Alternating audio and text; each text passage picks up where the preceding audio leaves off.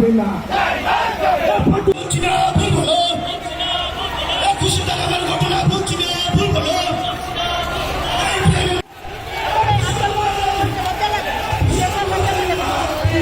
ষড়যন্ত্রকারীরা এই বিশালগড়কে বদনাম করার জন্য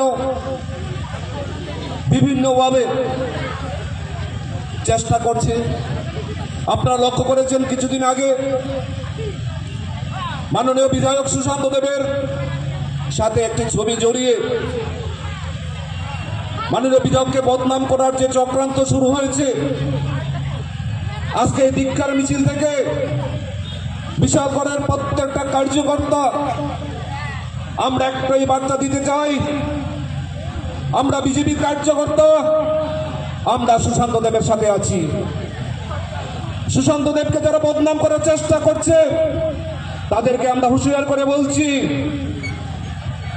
এই চক্রান্ত মিথ্যা চক্রান্ত যদি এরপরও আপনারা করেন, তারপরে এর পরিণাম যে কি হবে, সত্যকে সত্য বলার চেষ্টা করুন।